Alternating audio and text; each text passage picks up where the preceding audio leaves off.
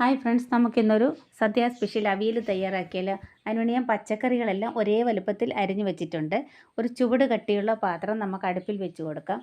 അതിലേക്ക് കുറച്ച് വെളിച്ചെണ്ണ ഒഴിച്ച് കൊടുത്തതിന് ശേഷം ചേന നീളത്തിലരിഞ്ഞതും വെള്ളരിക്ക നീളത്തിലരിഞ്ഞത്, പടവലങ്ങ അതേപോലെ തന്നെ, വഴുതനങ്ങയും അതേ വലുപ്പത്തിൽ തന്നെ അരിഞ്ഞിരിക്കുന്നതാണ്, ക്യാരറ്റ്, വള്ളിപ്പയർ എന്നിവയെല്ലാം കൂടെ നമ്മൾ ഇട്ട് കൊടുത്തിട്ടുണ്ട്. അതിലേക്ക് ആവശ്യത്തിന് മഞ്ഞൾപ്പൊടിയും ശകലം മുളക് പൊടിയും ഉപ്പും ചേർത്ത് നമുക്കൊന്ന് അടച്ച് വെച്ച് കൊടുക്കാം. ഞാനൊരു വാഴയില വെച്ചാണ് ഇതൊന്ന് അടച്ച് വെച്ച് കൊടുക്കുന്നത്.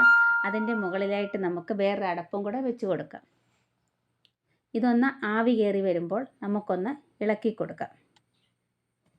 ഇളക്കി അതിന് ശേഷം ഒന്ന് ആവി വന്ന് പകുതി വേവാകുമ്പോൾ നമുക്ക് എടുത്തു വെച്ചിരിക്കുന്ന നേന്ത്രക്കായ നീളത്തിലരിഞ്ഞതാണ്, അതുകൂടെ നമുക്ക് ഇതിലേക്ക് ചേർത്ത് കൊടുക്കാം. ഇതൊന്ന് വെന്ത് പരുവാകുമ്പോൾ അതിലേക്ക് മുരിങ്ങയ്ക്കായും അതേപോലെ മാങ്ങയാണ് നമ്മൾ പുളിക്കായിട്ട് ചേർത്ത് കൊടുക്കുന്നത്. അല്ലെങ്കിൽ തൈരോ അല്ലെങ്കിൽ പുളിയോ നമുക്ക് ചേർത്ത് കൊടുക്കാം. ഞാൻ പച്ചമാങ്ങ ഉണ്ടായിരുന്നതുകൊണ്ട് അതാണ് ചേർത്ത് കൊടുത്തിരിക്കുന്നത്.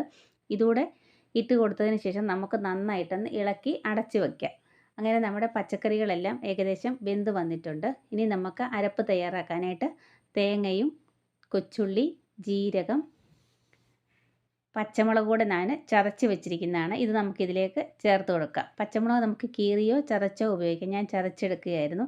നമുക്ക് നന്നായിട്ടൊന്ന് ഇളക്കി അടച്ച് വയ്ക്കാം. അതിനുശേഷം നമുക്കൊന്നുകൂടെ തുറന്നതിന് ശേഷം ഇളക്കി കൊടുക്കാം. അങ്ങനെ നമ്മുടെ വളരെ ടേസ്റ്റി ആയിട്ടുള്ള അവിയലാണിത്.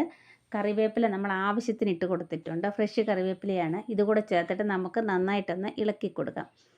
ലാസ്റ്റായിട്ട് നമുക്ക് കുറച്ച് പച്ച വെളിച്ചെണ്ണയും കൂടെ ഒഴിച്ച് ഇളക്കിയതിന് ശേഷം ഒന്ന് അടച്ച് വയ്ക്കുക. അങ്ങനെ നമ്മുടെ വളരെ ടേസ്റ്റി ആയിട്ടുള്ള അവിയൽ ഇവിടെ റെഡി ആയിട്ടുണ്ട്. ഇഷ്ടപ്പെട്ടാൽ വീഡിയോ ലൈക്ക് ചെയ്യാനും ഷെയർ ചെയ്യാനും കമൻറ്റ് ചെയ്യാനും മറക്കരുത്.